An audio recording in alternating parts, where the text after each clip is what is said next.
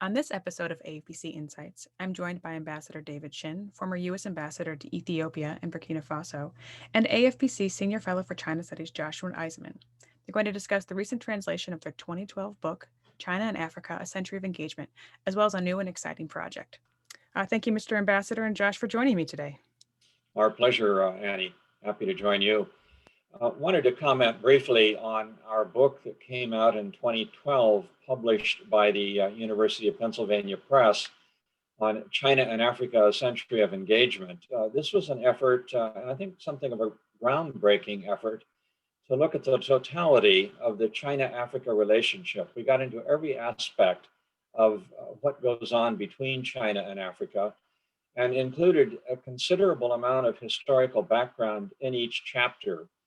In fact, the historical component, I think, of the book is what has kept it relevant up to the present time.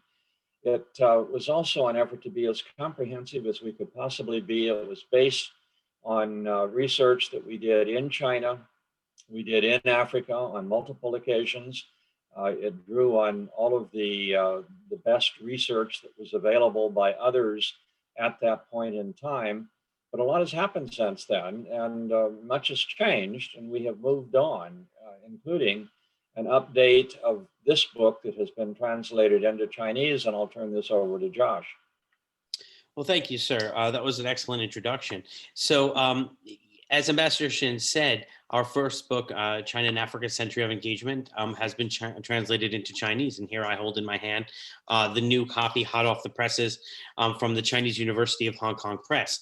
I'm happy to say that this is not only a translation, it's also an updated edition of the book that goes up to 2018, and therefore includes some of the research that we did in China in 2017.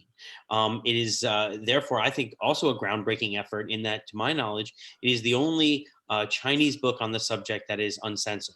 It is published in Hong Kong, so it's published in the PRC, but it is an uncensored book, although it was translated by Professor Wang Duanyong at Shanghai Foreign Affairs University, a widely respected expert in the field. And so I've been told, I can read Chinese, but I'm told by actual Chinese readers that this book reads like a Chinese book, does not read like a translation, which is quite an accomplishment, given that, of course, it was a book written in English. And so we're very proud of it. Now, why don't I turn it back to Ambassador Shin, who can introduce our next project, which we're working on right now.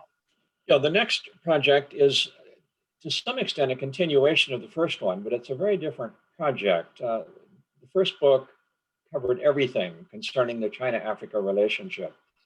The second book is focusing very heavily on the political and the security side of the relationship. We're not getting into the traditional economic issues that have been widely covered by others. We made that decision because those other issues have been so widely covered. And there hasn't been a great deal written about the political and the security side of the relationship.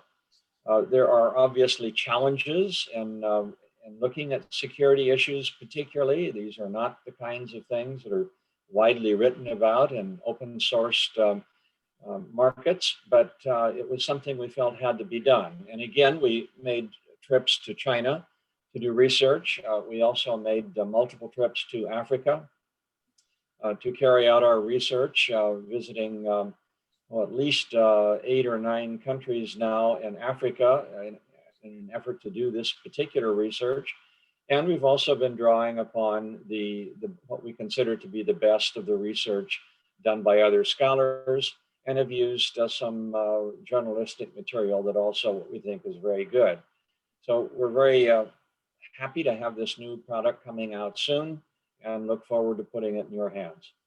If I could add one thing on that, which I think is, which I, of course, is completely correct. But the one other thing I would add is the trend lines that we've been viewing as well, which is new data has recently come out and shown that China's loans and economic activity in Africa is not on the same trajectory it once was. While we have, in the data we've collected and will be presenting in this book, this is brand new data that is available nowhere else.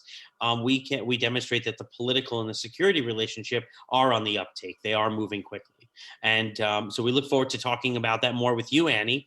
So it's not only that there's a dearth of writing on this, but also we think we're on the cusp of a trend which is emerging, which is China's growing political and security relations on the continent, an increasingly important trend that have been recognized recently by the U.S. government and Congress in terms of their desire to do more research on it. Well, thank you so much, gentlemen. Yeah. All right. Take care. Bye-bye now. Bye.